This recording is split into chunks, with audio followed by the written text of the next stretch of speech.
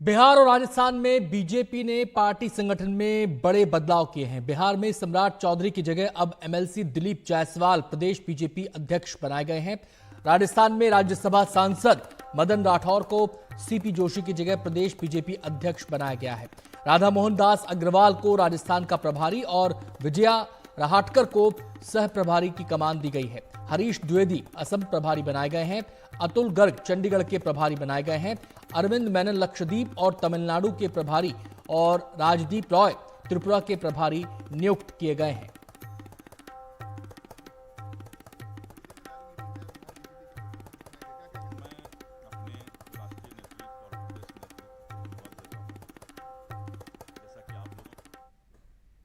Bihar BJP के नए अध्यक्ष बनाए गए दिलीप जायसवाल के बारे में और जानकारी दे रहे हैं हमारे सहयोगी प्रभाकर कुमार।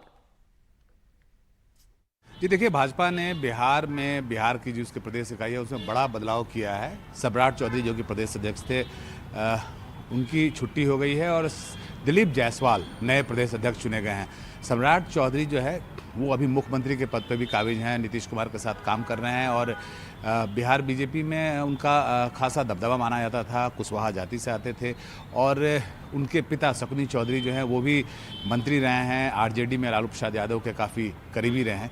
सम्राट चौधरी युवा हैं और जब से उन्होंने पार्टी की कमान संभाली थी तो माना जा रहा था कि सम्राट चौधरी क्योंकि खुद कुशवाहा जाति से आते हैं तो बिहार में जो कुशवाहा समुदाय है जिसकी काफ़ी बड़ी संख्या है और ईबीसी में दूसरे यादव के बाद दूसरा सबसे बड़ी जाति है ये, और ये एक तरह से ट्रेडिशनली भाजपा का वोटर माना जाता है। तो भाजपा ये मान रही थी कि सम्राट चौधरी को बनाने से, कमान देने से जो कुशवाहा जाति है वो भाजपा के साथ मजबूती से खड़ी रहेगी।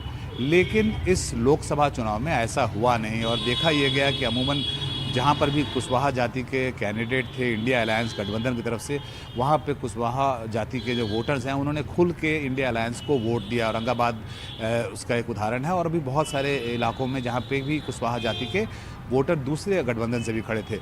उसका निष्कर्ष ये निकला कि सम्राट चौधरी जो कि खुद भी कुशवाहा जाति से आते हैं, उनके चलते कुशवाहा जो है वो भाजपा या एनडीए के साथ बंध के रह नहीं पाई है और शायद इसी का खामियाजा जो है वो सम्राट चौधरी को झेलना पड़ा। जहाँ तक बात है दिलीप जायसवाल की, दिलीप जायसवाल वैश्य समुदाय से आते हैं, खासे हिंदुत्व छवि वाले नेता हैं।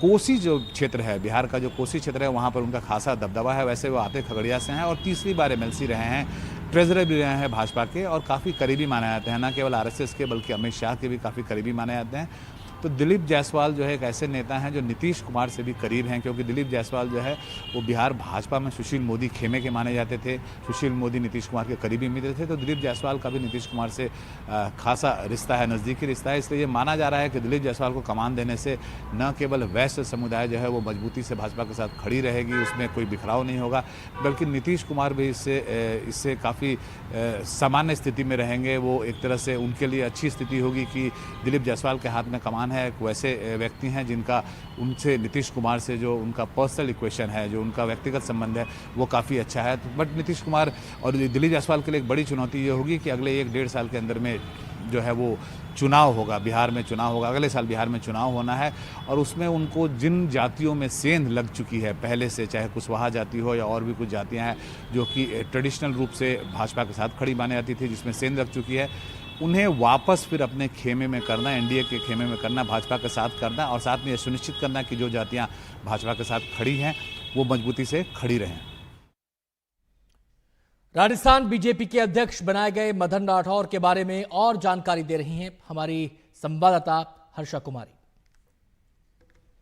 जी देखिए, मदन राठौड़ का जो चयन किया है बीजेपी ने बहुत सोच समझ के किया है और ओबीसी जो वोट बैंक है उस पर बीजेपी की नजर है राजस्थान में।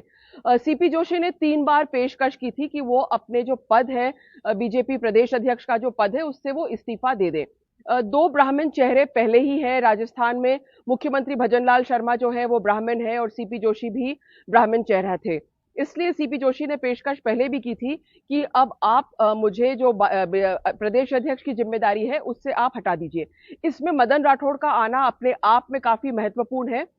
ओबीसी से हैं, पाली जिले के हैं और दिलचस्प बात यह है कि 70 साल के जो मदन राठौड़ हैं वो आरएसएस से बहुत क्लोज लिंक्स रखते हैं और साथ ही राम जन्मभूमि में उन्हें काफी एक अहम किरदार निभाया था। वो उस टोली में भी थे जो श्रीनगर में जाकर जिन्होंने तिरंगा फहराया था। लेकिन दिलचस्प बात यह है कि पिछले साल जो विधानसभा चुनाव हो रहे थे उसमें वो दोबारा से सुमेरपुर से टिकट मांग रहे थे। 2 बार और पहले ही विधायक रह चुके हैं और सुमेरपुर से टिकट मांग रहे थे और निर्दलीय तक का फॉर्म उन्होंने भर दिया था। काफी नाराज थे वो कि उनको टिकट नहीं मिला था। बड़े आला कमान के नेता गजेंद्र सिंह शेखावत वगैरह पहुंचे थे वहां पर उनको मनाने के लिए, लेकिन एकदम से उस समय में फिर उनको फोन आया और सीधे प्रधानमंत्री से उनकी बात हुई और प्रधानमंत्री ने उन्हें कहा कि आप विड्रॉ कीजिए। तो प्रधानमंत्री के फोन कॉल के बाद में उन्होंने अपना पर्चा वापस ले लिया था। उसके बाद में अप्रैल में उन्हें राज्यसभा का उम्मीदवार बनाया। तो काफी ये दिलचस्प पहलू है जो मदन राठौड़ के राजनीतिक जीवन से जुड़ा हुआ है। लेकिन अगर हम जातिगत राजनीति की बात करें तो मदन राठौड़ ओबीसी वर्ग से हैं। ओबीसी वर्ग को साधना भाजपा के लिए बहुत जरूरी है। 5 अहम उपचुनाव आने वाले हैं और 2 जो उपचुनाव है खीमसर की सीट और जो झुंझुनू की सीट है वो दोनों जाट बेल्ट में हैं। इस बार हमने देखा है कि जो जाट समीकरण है वो बहुत ज्यादा, जो जाट ओबीसी में आते हैं वो बहुत ज्यादा भाजपा की तरफ नहीं टिल्ट हुए हैं। दूसरी ओर अगर आप बांसवाड़ा के देखें 84 का जो विधानसभा सीट है जो अब वेकेंट हो गया है क्योंकि राजकुमार रोत जो है लोकसभा का चुनाव लड़के लोकसभा उम्मीदवार बन गए हैं, एमपी बन गए हैं। लेकिन 84 में भी जो जिस तरह से समीकरण बन रहे हैं जहां से भारतीय आदिवासी ट्राइबल पार्टी जो बाप है वो चुनौती दे रही है दोनों कांग्रेस और बीजेपी को। साथ ही जो दौसा की सीट है और सवाईमाधोपुर टोंक में जो देवली उनियारा की सीट है वहां पर भी मीना गुजर वोट बैंक, ये सारे जो वोट बैंक है बहुत अहम और निर्णायक रहेंगे। तो इसलिए जो 5 विधानसभा के उपचुनाव होने वाले हैं राजस्थान में उसे कहीं देखकर ये सोची समझी रणनीति है कि मदन राठौड़ को भाजपा का प्रदेश अध्यक्ष बनाया जाए और बीजेपी अपनी जातिगत जो गणित है वो राजस्थान में साधने की कोशिश कर रही है।